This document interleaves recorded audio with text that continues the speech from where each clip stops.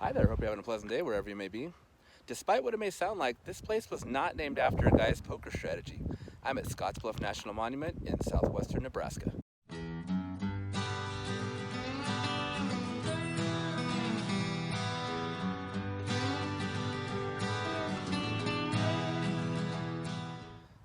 Bluff National Monument is located in the southwest corner of Nebraska, just outside the town of Bluff.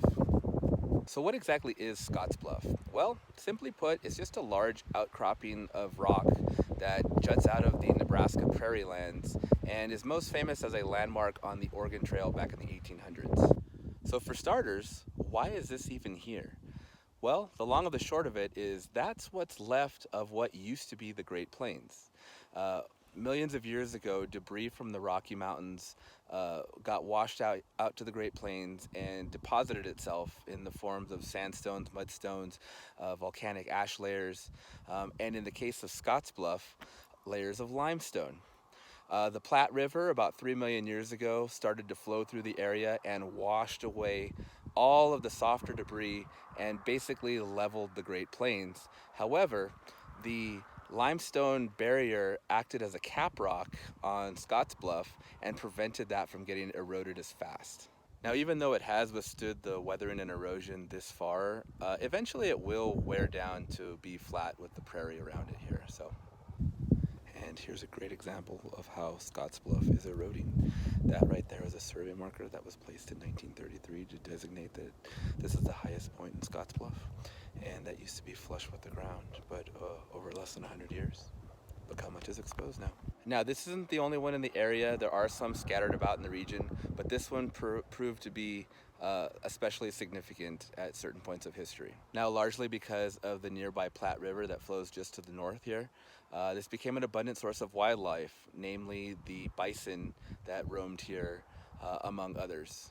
Now, fast forward to more human history, and over the thousands of years, various Native American tribes have called this home, and they relied heavily on those bison among the other natural resources in the area. Now, those Native American tribes were very well aware of the bluffs here, and they had a name for them, Me Apate. I'm not sure if I'm saying that right. Fast forward again to the early 1800s when you had the first European settlers, which were fur trappers coming from the west, and they discovered the bluffs here. Now, fur trappers are fairly solitary groups, so their impact on the environment, outside of the fur trapping obviously, was pretty minimal in the sense of the grasslands and things like that in the area. And then around the middle of the 1800s is when we really started to see a huge increase in the amount of foot traffic through this area. There were the 49ers that were following the California Trail to go try to find gold. There were folks on the Oregon Trail that were trying to get up to the Willamette Valley to start a new life. And then you had folks that were fleeing religious persecution or trying to settle new lands in the form of the Mormons that were trying to go to Utah.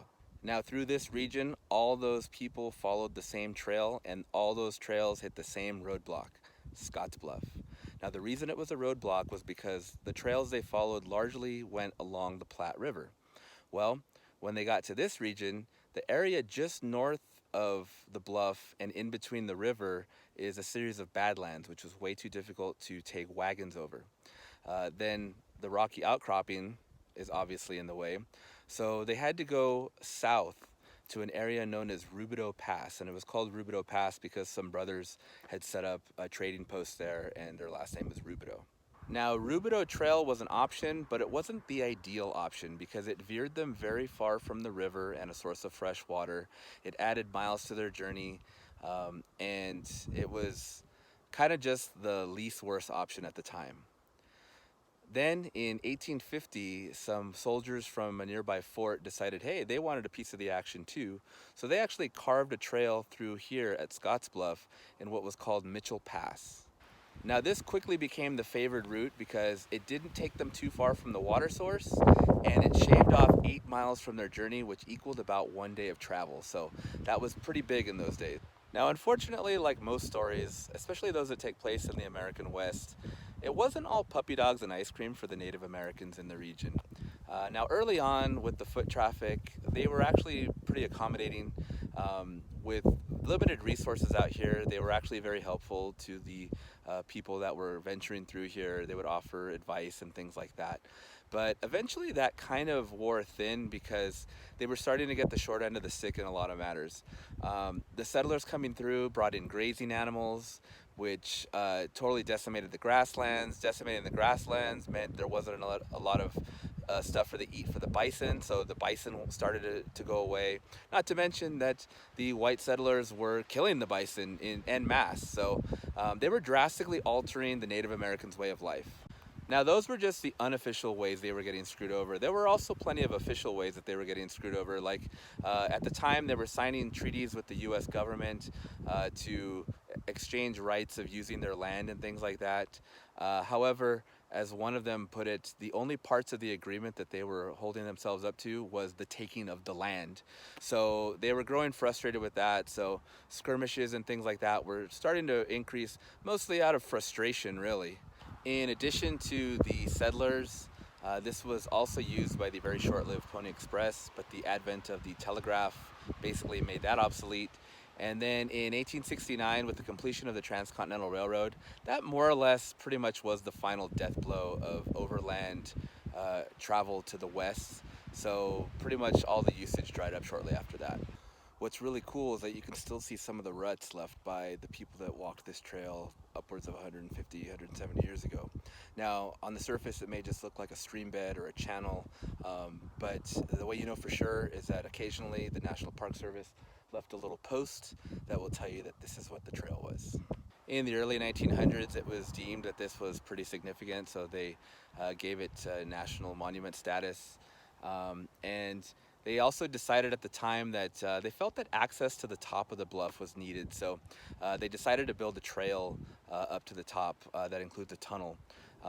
And after a couple decades of that, they realized, nah, you know what, let's build a road too. So they built the road to the top, and there's a couple of trails that you can walk to get some really beautiful views from above the Nebraska prairie land and overlooking the towns that are nearby. It's really a gorgeous view up there. Now, one of my favorite things about this place is how it got its name. Apparently back in 1828, there were some fur trappers in the area, and they got attacked by some Native Americans. One of the guys was injured so bad to the point where he couldn't ride a horse anymore to keep going. His name was Hiram Scott. So a couple of guys in his party said, hey, you know what, we're gonna take a boat down the nearby river and we're gonna get you to some help. Well, apparently along the way, the boat had some trouble, capsized, and the two dudes were like, hey, sorry, Hiram, we can't take you anymore. We can barely fend for ourselves, and they left the dude. When they finally got to some help, they said, oh yeah, dude died over by the river. Well, apparently he wasn't dead yet. He actually climbed up to somewhere near the bluff, and a year later his bones were found. And so as sort of a memorial, they said, hey, you know what? Let's call it Scott's Bluff. I love it. It's kind of one of those like Pawnee, Jebediah Springfield kind of like weird, messed up history lessons, but to me it's so funny. I feel kind of bad laughing, but it's just such a messed up story. But that's just part of it. I had the opportunity to visit here about 7 years ago, and that's actually where I learned the story from the visitor center. They laid it all out. Well, just this last year, they finished renovating the visitor center, and it's completely different now.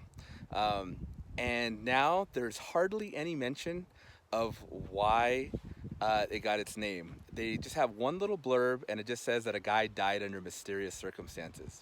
However, at the top of the bluff, there is still a plaque that doesn't go into the detail, but does kind of just show that he got left for dead. And it's like, oh, if you want the truth, go to the top of the bluff. As far as visiting here, like I said, it's just outside of the town of Scotts Bluff, which is in Nebraska.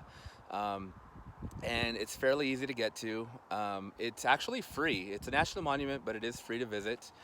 There's a little visitor center, which, like I said, has been revamped. It looks a lot more polished now. And they also shifted a lot of the focus to basically how the Native Americans got screwed over. There's a lot of mention of that. So that's probably a good thing, though. We really shouldn't gloss over that. There are a couple trails that stem from the visitor center area.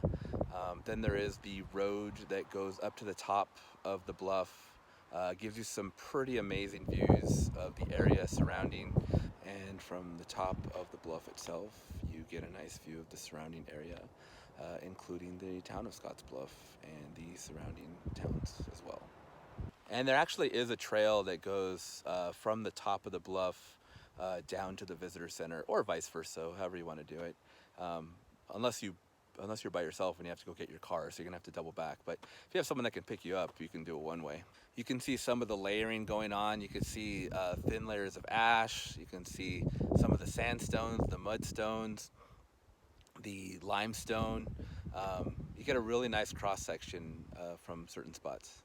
Now, I have kind of mentioned that I have been here before, and for those of you that have been playing along at home with pre and eye on the road type stuff, this was actually my very first dart trip. I blindfolded myself and I threw a dart at a map, and it landed in Scottsbluff, and that's how I discovered this place. I had no idea about it before. It turned out to be an amazing trip. And then fast forward a couple years when I started making videos, I kind of wanted to come back and do a video about Scottsbluff. I just thought it was kind of an interesting thing. So here I am. Finally, the mic has returned back to Scottsbluff. Well, that does it for this one. Thanks for joining me on this trip to Bluff National Monument. Hope you found it interesting, hope you found it informative, and maybe it'll encourage you to come check it out yourself. With that said, I guess I'll see you on the next one.